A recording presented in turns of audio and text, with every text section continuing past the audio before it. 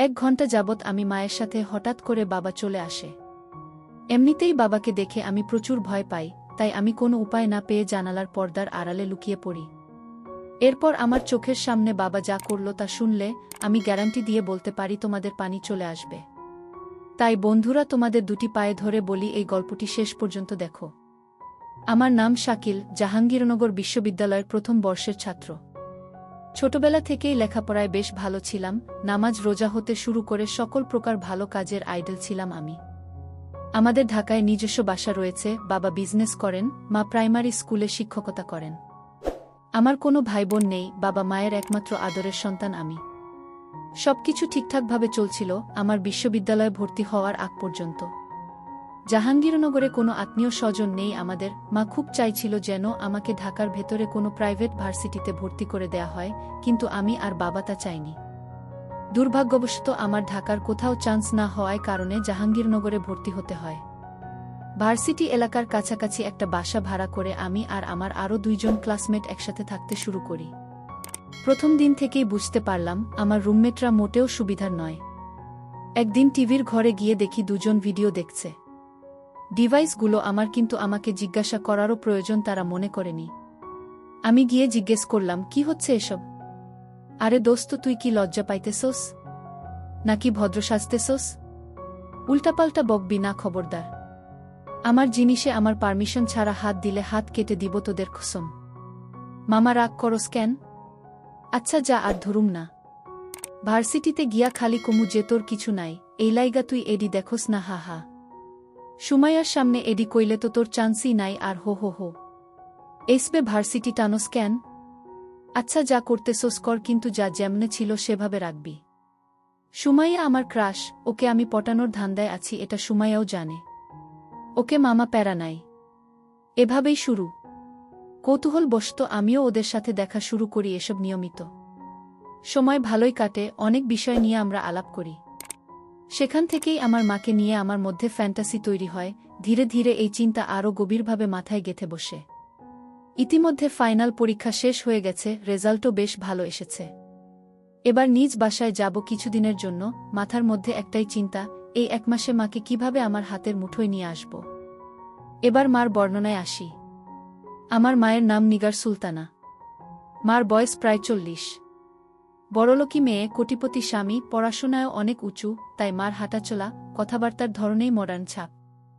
মা 5 ওয়াক্ত নামাজ পড়েন, স্কুলে পড়ান, বাসায়ও নানা কাজ করেন, তাই মার বয়স বোঝাই যায় না। গায়ের রং ফর্সা, মা বাহিরে গেলে এলাকার প্রত্যেকটা ছেলে হা করে তাকিয়ে থাকে। যদিও আমি কখনোই মাকে এভাবে ভাবতাম না, কিন্তু জাহাঙ্গীরনগরের এই 2 বন্ধুর পাল্লায় পড়ে নিজের বিবেককে গোল্লায় ভাসিয়ে দিলাম। আজ ঢাকায় নিজের বাসায় এসেছি। রাত হয়ে গিয়েছে, বাবা মা 2জনই উপস্থিত ছিল। বাবার সাথে হ্যান্ডশেক করলাম, মার সাথে কোলাকুলি করলাম। তাকে ছাড়ার সময় মধ্যে আলতো করে ঘষা দিয়ে এলাম, এমনভাবে দিলাম যাতে টের না পায়। মা চমকে গেলেও কিছু প্রকাশ করলেন না। অ্যাক্সিডেন্ট ভেবে উড়িয়ে দিলেন। একসাথে ডিনার করতে বসে আমার জাহাঙ্গীরনগরের লাইফ, ঢাকার হালচাল, বাবার বিজনেস এসব নিয়ে আলাপ করতে থাকলাম। আলাপের মাঝে মাঝে প্রায়ই মার দিকে তাকাচ্ছিলাম, তবে বাবা খেয়াল করেননি। মার চেহারা খুব ফ্যাকাশে হয়ে গেল। খাওয়া দাওয়া শেষে আমরা গেস্ট রুমে কিছুক্ষণ আড্ডা দিতে বসলাম। বাবা হঠাৎই বড় একটা উপকার করে বললেন, উনি আজ সারাদিন কাজ করে টায়ার্ড, এখন ঘুমিয়ে যাবেন।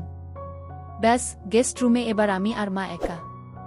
কিছুক্ষণ এটা সেটা নিয়ে গল্প করার পর 2জন একসাথে সোফা ছেড়ে উঠলাম। মাকে হঠাৎ পিছন থেকে ধরে বললাম, মা আমি তোমাকে ভালোবাসি। এভাবে ধরে আছিস কেন? ভালো তো আমিও তোকে বাসি রে পাগল। মা, এটা এই ভালোবাসা নয়। তোমাকে আমি অন্যভাবে ভালোবাসতে চাই, যেমনটা বাবা তোমাকে এককালে বাসত। যেভাবে আমি হয়েছি। এখন যে বাবা পারেন না সেটা তো আমি জানি মা। তুই কি বলছিস এগুলো? মা আমার হাত দুটো নিচে নামিয়ে ঘুরে দাঁড়ালেন। আমি জানি আমি কি বলছি মা। তোমার একটা চাহিদা রয়েছে। এখনই উত্তর দিতে হবে না। তুমি ভেবেচিন্তে উত্তর দিও আমায়। আমি তো আর উড়ে যাচ্ছি না। এই বলে হামি দিয়ে আমার রুমে চলে আসলাম। মা ওখানে কিছুক্ষণ হতভম্ব হয়ে দাঁড়িয়ে রইল। আমি নিজের ঘরে শুয়ে বারবার চিন্তা করছিলাম, এভাবে অ্যাপ্রোচ করাটা কি ঠিক হলো কিনা। কিন্তু আমি জানি মা বাবাকে বলবেন না। কারণ আমি ছোটবেলা থেকে খুবই বাধ্য ছেলে ছিলাম, আমাকে মা সম্পূর্ণ ভিন্নরূপে চেনেন। তাই এই রূপটা দর্শন করার পর খানিকটা হিমশিম খাওয়াই স্বাভাবিক। পয়সা মাটিতে ফেলে দিয়েছি, এখন দেখি কতদূর পর্যন্ত গড়ায়। পরদিন আমি ঘুম থেকে উঠলাম খুবই সকালে, কিন্তু বাসায় এখনও সেটা কেউ টের পায়নি। মা বাবাকে নাস্তা করিয়ে বিদায় দিয়ে দিলেন। এরপর মার ঘরে উকি দিলাম। দেখলাম মা একটা হিজাব পরে রয়েছেন। মা কখনোই ঘরের মধ্যে হিজাব পরেন না। নিশ্চয়ই আমার জন্য এমন কাজ। মা বিড়বিড় করে নিজের সাথে কথা বলছিলেন। আমি নিজের কানকে বিশ্বাস করতে পারছি না, আমার নিজের গর্বের ছেলে আমাকে এভাবে প্রস্তাব দিতে পারে। আমি কি ওর বাবাকে জানাবো? না না, থাক। ওর বাবার এমনি হার্টে প্রবলেম, এসব বললে কোনো সময় কি করে বসে। হে আল্লাহ, আমাকে শক্তি দাও, এসব অপকর্ম হতে আমাকে রক্ষা করো। আমি নিজের রুমে চলে এলাম। পরবর্তী চাল খুব সাবধানে ফেলতে হবে। মাকে দেখলাম বাহিরে চলে গেলেন, সম্ভবত স্কুলে পড়াতে। অন্য সময় মার 12টায় চলে আসার কথা, কিন্তু আজ 2টো বেজে গেল, তাও আসছেন না। অবশেষে উনি এলেন। আমি হাসি মুখে দরজা খুলে দিলাম, ওইসব প্রসঙ্গে আসতেই দিলাম না। বললাম, মা তুমি কি শপিং এ গিয়েছ? হ্যাঁ বাবা, দেখ তোর জন্য কিছু টি শার্ট এনেছি। থ্যাংক ইউ মা। দাও ব্যাগগুলো আমার হাতে, তুমি রেস্ট করো। মা একটু প্রশান্তির হাসি দিয়ে চলে গেলেন। আমি মাকে ঠান্ডা পানি খাওয়ালাম। খুব গরম পড়েছে। মা তখন বোরকা খুলছিলেন। আমাকে দেখে থেমে গেলেন। মা তুমি এই গরমে কিভাবে এত কিছু গায়ে দিয়ে আছো? তোমার তো সিদ্ধ হয়ে যাওয়ার কথা। মা কিছু বললেন না, সংকোচ বোধ করতে লাগলেন। আমি মার কাছে এসে বললাম, মা আমি তোমাকে আর জ্বালাবো না, প্রমিস, যদি এখন তুমি আমাকে একটু ধরতে দাও। বাবা এমন করিস না প্লিজ। মা এখানে কোনো জোরাজুরি নেই। আমি সামান্য একটু ধরতে চাই মা। আমি তো বাইরের কেউ না। মা কিছুক্ষণ চুপ করে রইলেন। এরপর বললেন, ধর, কিন্তু এই ধরা পর্যন্তই, আর কিছু না, খবরদার। আমার লক্ষ্মী মা। মা অনেক ধন্যবাদ। দেখেছ, তুমি অকারণেই ভয় পাচ্ছিলে। আমি কি তোমাকে কোনো কষ্ট দিয়েছি বলো? মা চুপ করে রইলেন। নীরব সম্মতি। পরীক্ষার পর বিরাট ছুটি চলছে। তাই মার কাছাকাছি থাকার জন্য মায়ের স্কুলে খণ্ডকালীন শিক্ষকের চাকরি নিয়েছি। স্কুল আমাদের বাসা থেকে প্রায় 3 কিলোমিটার দূরে। আমার বাইক আছে, তা দিয়ে স্কুলে যাতায়াত করি। মাঝে মাঝে মাকে নিয়েও স্কুলে যাই। নার্সারি থেকে 5ম শ্রেণীর শিক্ষার্থী রয়েছে স্কুলে। আমি গণিত শিক্ষক হিসেবে যোগ দেই। 1 মাস ক্লাস নিতেই পুরো স্কুলে আমার সুনাম ছড়িয়ে পড়ে। বাচ্চাদের অভিভাবকরা তাদের সন্তানদের প্রাইভেট পড়ানোর জন্য অনুরোধ করতে থাকে। আমি প্রথমে প্রাইভেট পড়াবো না বলি, কিন্তু অভিভাবকদের অত্যাধিক অনুরোধের জন্য শেষে রাজি হই। যেহেতু এখন হাতে অন্য কাজ নেই, তাই একটা ব্যাচ পড়ানো শুরু করি। 3 থেকে 4 জন বাচ্চাকে পড়াই স্কুল ছুটির পর। এদের মধ্যে একটা ছেলে নাম ফাহিম, খুবই দুষ্টু। সে অন্য বাচ্চাদের সাথে মারামারি করার কারণে ওর আম্মু একদিন আমার সাথে দেখা করে ওকে বাসায় গিয়ে একা পড়াতে বলে। কিন্তু আমি বলি যে আমার সময় নেই। স্কুল ছুটির পর এক ব্যাচের বেশি পড়ানো সম্ভব নয়। তখন ফাহিমের আম্মু বলে, তাহলে সন্ধ্যায় ওদের বাসায় গিয়ে একা পড়াতে। কেননা ফাহিম খুবই দুষ্টু ও পড়াশোনায় খুব কাঁচা।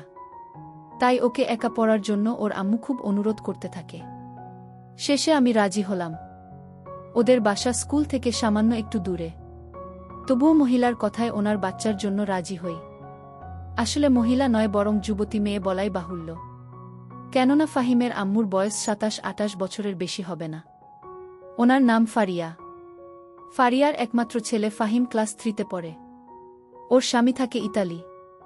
দোতলা বাড়িতে ছেলেকে নিয়ে একাই থাকে। তো প্রতিদিন স্কুল টিউশনি শেষে বাসায় ফিরি দুপুর 2টায়।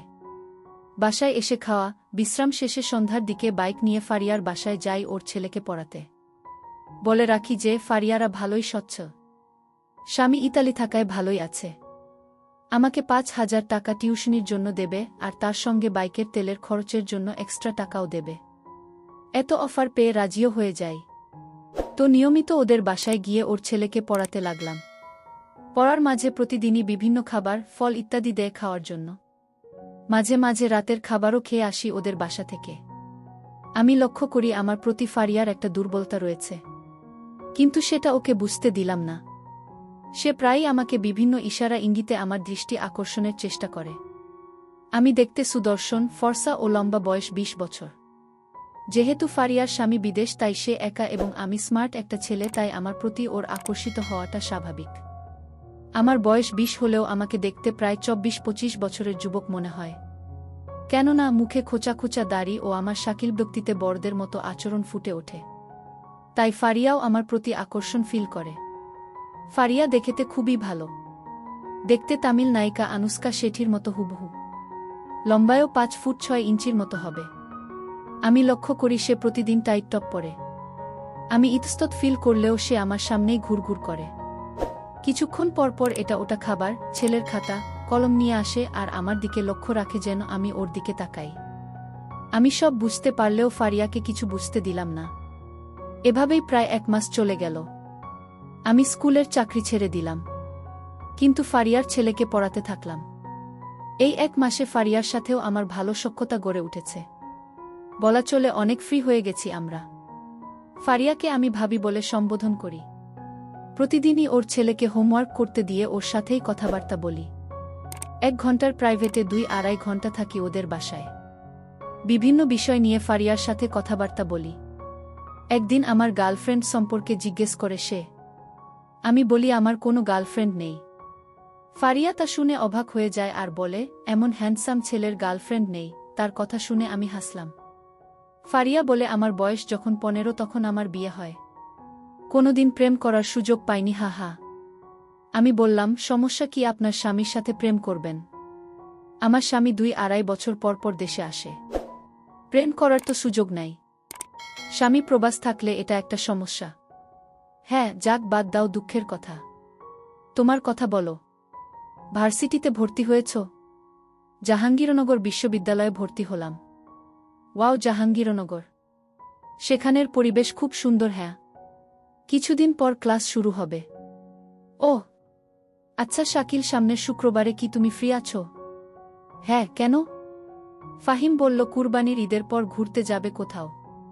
গতকাল তো ঈদ গেল, এখন স্কুলও ছুটি, তাই সে বায়না ধরেছে নন্দন পার্ক যাবে। আমি তো চিনি না, তাই তোমাকে সঙ্গে নিয়ে যেতে চাই যদি তুমি ফ্রি থাকো আর কি। নন্দন পার্ক তো আমাদের ভার্সিটি থেকে সামান্য দূরে। তাছাড়া আমি ফ্রি আছি। পরশু শুক্রবার কখন যাবেন বলেন? এই সকাল ১০টার দিকে। দেখি আমি একটা হাইলাক্স গাড়ি ভাড়া করব। তুমি সকালে চলে এসো। আমি ও ফাহিম রেডি থাকব। ওকে। শুক্রবার সকালে ফারিয়াদের বাসায় যাই। গিয়ে দেখি ফাহিম বাড়ির সামনে গাড়িতে উঠে তার আম্মুকে ডাকছে আসার জন্য। আমি ফাহিমকে বলি, পিচ্চি, তোমার আম্মু কই? সে বলে, রেডি হইতাছে। আমি বলি, তুমি গাড়িতে গান শোনো, আমি তোমার আম্মুকে নিয়ে আসি। আমি বাসায় ঢুকে দোতলায় ফারিয়ার রুমে ঢুকে পড়ে একটা অপ্রস্তুত মুহূর্তের মধ্যে পড়ে যাই। রুমে ঢুকেই দেখি ফারিয়া শর্ট জিন্স পরে আয়নার সামনে দাঁড়িয়ে আছে। এমন সময় আমি ঢুকে পড়ি আর সে আয়নায় আমায় দেখে ফেলে। শাকিল। সরি ভাবি, আমি দরজায় নক করতে ভুলে গেছিলাম, কিছু মনে করবেন না। আমি বাইরে দাঁড়ালাম। আমি দ্রুত বাইরে চলে গেলাম। ভেতর থেকে ফারিয়া ডাকলো আমায়, শাকিল ভেতরে এসো, একটু প্রয়োজন। ফারিয়ার কথায় ভেতরে ঢুকে দেখি একই অবস্থা। সে আয়নার সামনে দাঁড়িয়ে হুক লাগাতে পারছে না। শাকিল, আমার হুক লাগাতে পারছি না, কাজটা একটু করে দাও প্লিজ। আমি চোখ বন্ধ করে কাজটা করতে যাই। না, চোখ খোলা রেখা, সমস্যা নাই। ফারিয়ার কাজটা করে দিয়ে আমি চলে যেতে লাগলাম। তখন ফারিয়া পেছন থেকে হাত ধরে বসল। চেয়ার থেকে একটু টপটা দেবে শাকিল। আমি ওর পরার টপটা দেওয়ার জন্য ঘুরেছি, দেখি সে আমার দিকে ঘুরে দাঁড়িয়েছে। কেমন লাগছে আমায় শাকিল? আমি কিছু বললাম না, শুধু ঢোক গিললাম। আমি ফারিয়াকে ওর টপ দিয়ে পড়তে বললাম। ফারিয়া এবার আমার হাতে টান দিয়ে আমাকে ওর উপর ফেলে দিল। দুজন বিছানায় পড়ে গেলাম। আমি উঠে যেতে লাগলাম, কিন্তু ফারিয়া আবার আমায় ওর উপর ফেলে দিয়ে বলল, আমায় তোমার কেমন লাগে শাকিল? ফারিয়া, এসব ঠিক না। শাকিল, আই লাভ ইউ বলেই ফারিয়া শুরু করে দিল। আমি একসময় ফারিয়াকে ছাড়িয়ে উঠে দাঁড়িয়ে বলি, ফারিয়া প্লিজ থামো, এসব ঠিক না। কেন শাকিল, আমি কি দেখতে খারাপ? আমি কি তোমার ভালোবাসা পেতে পারি না? প্লিজ ফারিয়া, তুমি বিবাহিত বলে আমি বাইরে চলে গেলাম। বাইরে গিয়ে আমি গাড়িতে উঠলাম। কিছুক্ষণ পরে ফারিয়া গাড়িতে উঠল। আমি সামনের সিটে ও ফারিয়া এবং ফাহিম পিছনের সিটে বসল। আমি ড্রাইভারকে বললাম গাড়ি ছাড়তে। গাড়ি চলতে লাগলো। ফারিয়ার কোনো সারা শব্দ পেলাম না, দম মেরে বসে আছে। ফাহিম ট্যাবে গেম খেলছে। আমি সানগ্লাস চোখে দিয়ে গাড়ির লুকিং গ্লাস দিয়ে ফারিয়ার দিকে তাকালাম, দেখলাম মন ভার করে বাইরের দিকে তাকিয়ে আছে। আমরা সকাল 10:30টায় নন্দন পার্কে পৌঁছালাম। গাড়ি থেকে নেমে গাড়ি পার্ক করতে বললাম ড্রাইভারকে। আমি 3 জনের জন্য 3টি টিকিট কেটে আনলাম। ঈদের ছুটিতে প্রচণ্ড ভিড় এখন। আমি ফাহিমের হাত ধরে লাইনে দাঁড়ালাম। ফারিয়া আমার পিছনে। এতক্ষণ আমাদের মধ্যে কোনো কথাবার্তা হয়নি। অবশেষে নন্দন পার্কের ভেতরে ঢুকলাম আমরা। ভেতরে ঢুকে বিভিন্ন রাইড নিতে লাগলাম। ভিড়ের মধ্যে লাইনে দাঁড়িয়ে রাইড নেয়া খুবই কষ্টসাধ্য। তবুও প্রায় 10-12টা রাইড নিলাম আমরা। ফাহিম দেখলাম খুব খুশি। ফারিয়া মন ভার করে শুধু আমাদের সঙ্গ দিচ্ছে। দুপুরে একটা ক্যান্টিন থেকে সামান্য খাওয়া দাওয়া করলাম আমরা। ঘুরতে ঘুরতে বিকেল হয়ে এলো। এমন সময় ফাহিম বায়না ধরল ওয়াটার স্লাইডিং করবে ও পুলে গোসল করবে। তো কি আর করা, নেমে পড়লাম ওয়াটার কিংডমে। এক্সট্রা কোনো কাপড় না নেয় প্যান্ট পরেই নেমে পড়লাম আমি ও ফাহিম পুলে। ফাহিম ওর আম্মুকে পুলে নামানোর জন্য পা ধরে টান মারায় ফারিয়া আমার উপর এসে পড়ে। আমিও ওকে ক্যাচ করে ফেলি ও সরি বলি, কিন্তু সে কিছুই বলে না। আমি ফাহিমকে নিয়ে পুলে খেলা করতে থাকি। আমি ফাহিমকে নিয়ে স্লাইডিং এর জন্য টিউব নিয়ে উপরে যাই, এমন সময় দেখি নিচে কয়েকজন বখাটে ছেলে ফারিয়াকে ঘিরে আছে, নিয়ে আজেবাজে কথা বলছে, যেমন একা নাকি আমরা আছি ইত্যাদি। এসব দেখে ফাহিমকে বলি তুমি এখানে দাঁড়াও, আমি আসছি। আমি সোজা ফারিয়ার কাছে চলে যাই এবং গিয়ে ওকে আড়াল করে দাঁড়িয়ে এক বখাটের মুখে মারি ঘুষি। এই দেখে বাকি 4-5 জন আমাকে ঘিরে ধরে এবং আমাকে এলোপাথারি মারতে থাকে। তা দেখে ফারিয়া চিৎকার করলে সিকিউরিটি গার্ডরা এসে আমাকে উদ্ধার করে। সিকিউরিটি গার্ড বলে যে কি হয়েছে। আমি বলি যে এই বখাটেরা আমার বুকে বিরক্ত করছিল, তাই ওদের বাধা দেয়ায় আমার উপর আক্রমণ করে। ফারিয়াকে আমার বুকে বলায় সে চমকে উঠে। অতঃপর সিকিউরিটি গার্ডরা বখাটেদের নিয়ে যায় আর আমিও ফাহিম ও ফারিয়াকে নিয়ে বের হয়ে আসি। খুব ব্যথা লাগছে, ক্লিনিকে চলো যাই। আমি বললাম আরে না, কিছু হয়নি আমার। এ সময় পার্ক কমিটির কিছু লোক আমাদের সামনে এসে বলে যে আপনারা চাইলে ওই বখাটেদের বিরুদ্ধে শাকিল যোগ করতে পারেন এবং আমরা ওদের নামে থানায় মামলা করব। আমি বললাম থাক, এত ঝামেলার দরকার নেই বলে আমরা চলে এলাম। গাড়িতে উঠে রওনা দিলাম বাড়ির উদ্দেশ্যে। সন্ধ্যা হয়ে এসেছে, আবার আকাশ কালো হয়ে বজ্রপাত হচ্ছে। মনে হলো ঝড় হবে। মাঝপথে বিশাল বৃষ্টি শুরু হলো। বাসায় পৌঁছলাম ততক্ষণে রাত 8টা বাজে। গাড়ি থেকে নেমে ফাহিমকে কোলে নিয়ে ওদের বাড়িতে ঢুকলাম। পুলে গোসল করে ও এখনের বৃষ্টিতে সবাই পুরো ভিজা। ফাহিমকে নামাতেই দেখি গাড়িওয়ালা গাড়ি নিয়ে চলে গেল। আমি পিছন থেকে ডাকলাম ওই থামো, আমি বাসায় যাব কিভাবে? ফারিয়া তখন বলল বাইরে খুব ঝড় আর রাতও অনেক হয়েছে, আজ রাতে এখানে থেকে যাও, তাছাড়া এমন সময় এত দূরে যেতেও পারবে না। আমি বললাম না, থাকা সম্ভব না বলে ফোন খুঁজতে লাগলাম। প্যান্টের পকেটে যে ফোনটা ছিল খেয়ালই করেনি, পানিতে ভিজে নষ্ট হয়ে গেল।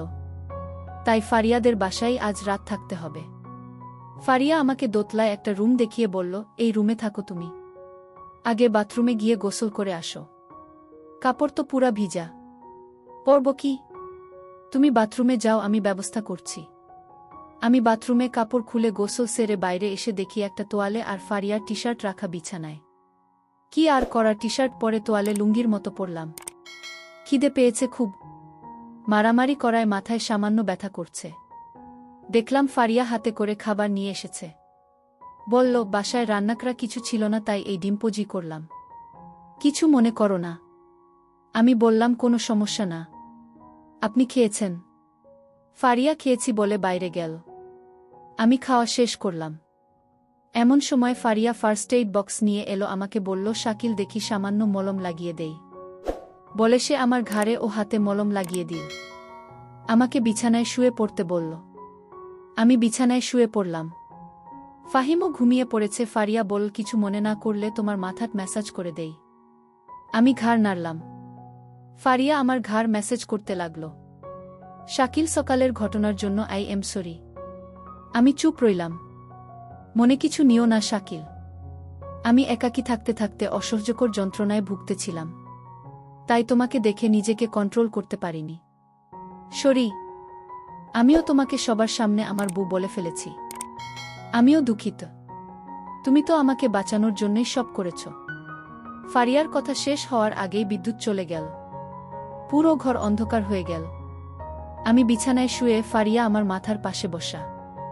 বাইরে প্রচণ্ড বৃষ্টি হচ্ছে। এমন সময় প্রকাণ্ড এক বজ্রপাত হলো। ফারিয়া সঙ্গে সঙ্গে আমাকে জাপটে ধরল। বজ্রপাত থামলে ফারিয়া আমাকে ছেড়ে দিল। বলল, আমি মোমবাতি নিয়ে আসি। ফারিয়া মোমবাতি আনতে গেল আর আমি ফারিয়ার কথা চিন্তা করতে লাগলাম। যুবতী একটা মেয়ে, 24-25 বছর বয়স। বিয়ের পর থেকেই স্বামী বিদেশ, 2 বছর পর পর দেখা হয়। স্বাভাবিকভাবেই ভয়াবহ জীবন পার করছে। তারও কামনা বাসনা আছে। আমি কি তাকে একটু সুখ দিতে পারি না? সে বিবাহিতা, তবুও তার ভালোবাসার অধিকার আছে। আমার প্রতি তার একটা দুর্বলতা আছে। সে তো আমায় বলেছে যে সে আমায় ভালোবাসে। আমি কি তাকে একটু ভালোবাসা দিতে পারবো না? ভাবতে ভাবতে ফারিয়া মোমবাতি নিয়ে টেবিলে রাখল। আমি বিছানা ছেড়ে দাঁড়ালাম। ফারিয়া, তোমাকে একটা কথা বলতে চাই। কি বলো? I love you too. আমার একথা শুনে ফারিয়া অবাক হয়ে গেল। সত্যি? আমি ফারিয়ার সামনে এগিয়ে এলাম। আমার দুহাত দিয়ে ওর মুখে ধরে বললাম, হ্যাঁ সত্যি, আমি তোমাকে ভালোবেসে ফেলেছি। ফারিয়া আমাকে বিছানায় ফেলে দিল। এদিকে তোমরা নিশ্চয়ই বুঝতে পারছো আমাদের মাঝে কি হয়েছিল। বাইরে তখন বৃষ্টির প্রকোপ আরও বেড়েছে। রাত 11-12টা হবে প্রায়। বিদ্যুৎ নেই বাসায়। মোমবাতিও নিভু নিভু করছে। এভাবে নির্ঘুম সারা রাত কাটল। ভোরে আমি ফারিয়াকে বললাম, এখন চলে যাই। না হয় কেউ যদি জানতে পারে, সমস্যা দুজনেরই। তুমি ঘুমাও, আমি এখন কিছুদিন ভার্সিটি নিয়ে ব্যস্ত থাকব। তাছাড়া মোবাইলটাও রিপেয়ার করতে হবে। তাই হয়তো 2-3 দিন যোগাযোগ হবে না। ফারিয়ার সাথে যোগাযোগ নেই প্রায় 4 দিন হল। ভার্সিটি নিয়ে খুবই ব্যস্ত হয়ে পড়লাম। অন্যদিকে মোবাইলটাও সার্ভিসিং করতে দিয়েছি। ফারিয়া হয়তো আমাকে খুব মিস করছে, কিন্তু আমি মাকে রাজি করানোর চেষ্টায় আছি। এভাবে প্রায় 8-9 দিন চলে গেল। আগামীকাল শুক্রবার ছুটি। মোবাইলটা আজকে ঠিক হয়েছে। রাতে মোবাইল খুলে ফারিয়াকে ফোন করলাম। ফারিয়া আমার উপর ক্ষেপে আছে। 9-10 দিন ধরে কোনো খবর নেই না তাই। অন্যদিকে ফাহিমেরও প্রাইভেট পড়ানোয় ব্যাঘাত হচ্ছে। আমি বললাম, এখন আমি ফ্রি আছি। কাল থেকে ফাহিমকে নিয়মিত পড়াতে পারবো আর ফারিয়াকেও দেখব। আজকে সন্ধ্যায় ফারিয়াদের বাসায় গেলাম। ফাহিমকে প্রশ্ন দিয়ে চলে গেলাম ফারিয়ার কাছে। সে ড্রেসিং টেবিলের সামনে বসে চুল আঁচড়াচ্ছিল। এতদিন পরে আমার কথা মনে হলো তোমার। সর্জিস, ফারিয়া প্লিজ রাগ করো না। আমাকে তো একটাবার ফোনও দিতে পারতে। আহা, ফোন সার্ভিসিংয়ে দিয়েছিলাম, ওরা 1 সপ্তাহ লাগিয়ে দিয়েছে। তাই তো তোমার সাথে কথা বলতে পারিনি। তাছাড়া ভার্সিটি নিয়ে একটু বেশিই ব্যস্ত হয়ে পড়েছিলাম। আমি কথা বলার সময় ফারিয়া আমার হাতে একটা ব্যাগ দিয়ে খুলতে বলল। ব্যাগ খুলে দেখি একটা আইফোন মোবাইল। এটা তোমার জন্য। এত দামি ফোন আমি নিতে পারবো না ফারিয়া। আমার স্বামী গতকাল এটা পাঠিয়েছে আমার জন্য। আমি আইফোন চালাতে পারি না, তাই এটা তোমাকে গিফট করলাম। তোমার না 10 তারিখে জন্মদিন। মনে করো এটা অগ্রিম গিফট। আমার জন্মদিন তুমি জানো কিভাবে? বুদ্ধু, তোমার ফেসবুকেই তো দেয়া আছে। ও হ্যাঁ, এই 10টা দিন আমি শুধু তোমার কথাই ভেবেছি। এখন আমি ফ্রি আছি ফারিয়া। এখন আর তোমাকে যন্ত্রণা দেব না। হঠাৎ ফাহিমের ডাক শুনলাম, স্যার হোমওয়ার্ক শেষ। আমি ফারিয়াকে বললাম, অপেক্ষায় রইলাম তোমার।